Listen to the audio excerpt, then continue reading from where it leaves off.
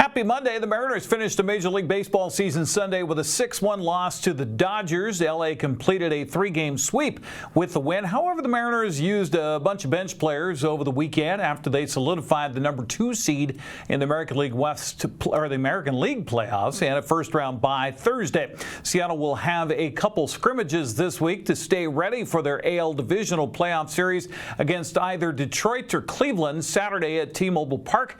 Manager Dan Wilson very proud of what his team accomplished this season.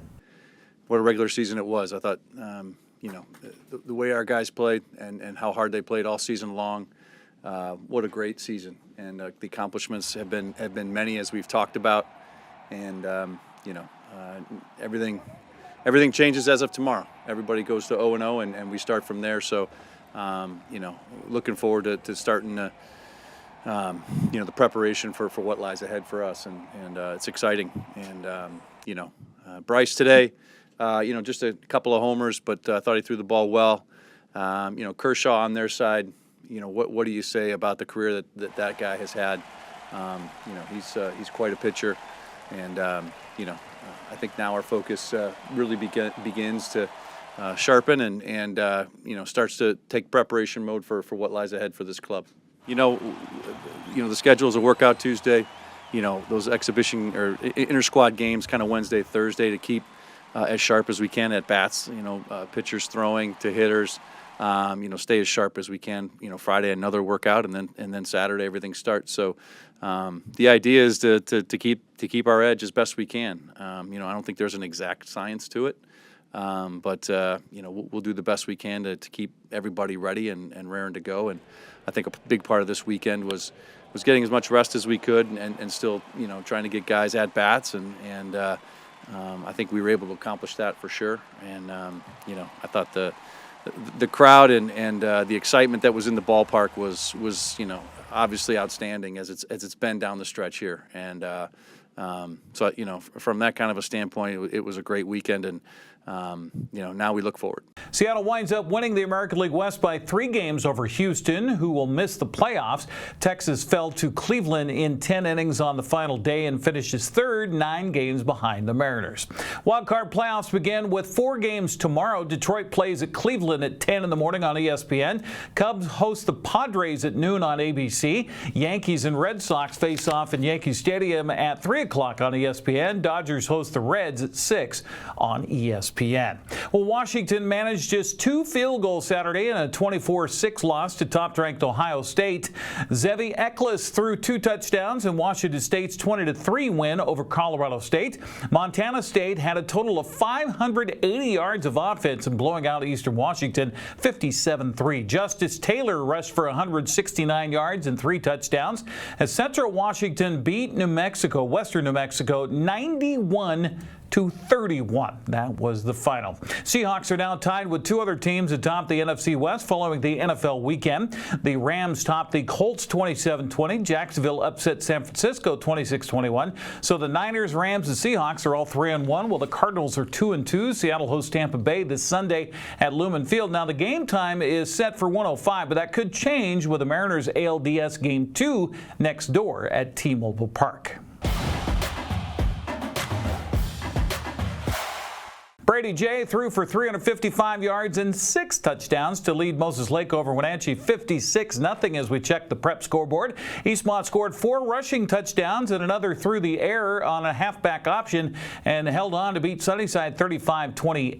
Drayden Burley rushed for 3 touchdowns and threw for another to lead West Valley over Davis 29-26. Lake City blew out Eisenhower 49-0.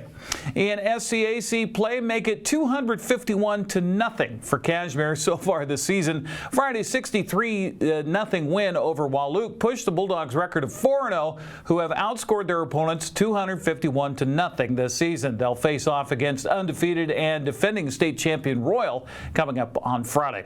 Well, Quincy earned their first victory of the season, downing Wapato 35-14 Friday. Freda fell to East Valley 49-14.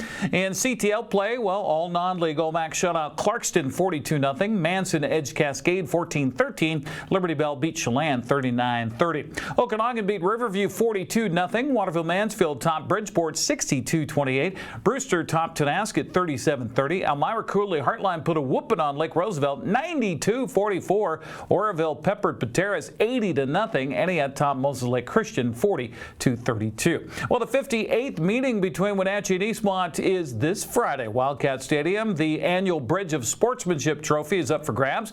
When the Wildcats host the Panthers, NCWLIFE will have the coverage. I'll be alongside Paul Collard with your play-by-play. Our pregame gets underway at 6:30. Well, Eastmont dropped their first league soccer match of the season Saturday. Wenatchee, meanwhile, remained undefeated. Wildcats fell to West Valley 5-2. Wenatchee edged Eisenhower 3-2. Other plays Saturday. Ellensburg blanked Quincy 3-0. Ephrata edged Othello 2-1. Cascade trounced Tonasket 9-0. Chelan beat Liberty Bell 3-1. Pateras beat Bridgeport 3-0. Brewster and Highland played to a 4-4 tie.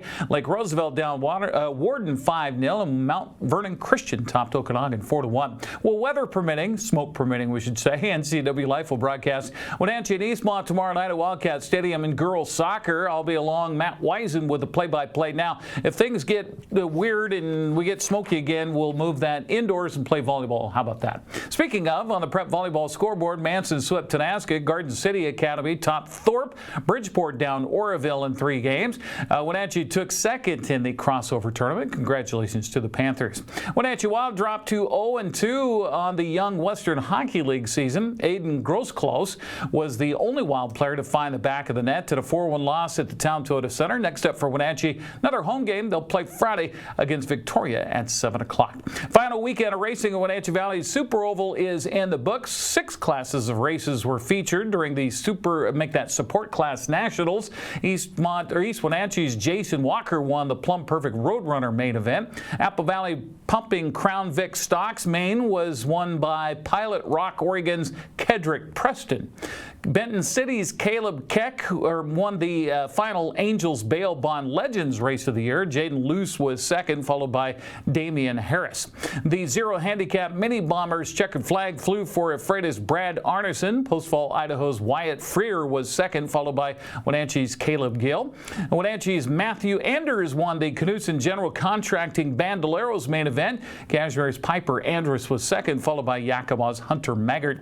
B&T Towing Youth Roadrunners main event was won by Wenatchee's Reagan Moore. Kellen Ingram was second, and Tacoma's Jacob Levitt was third.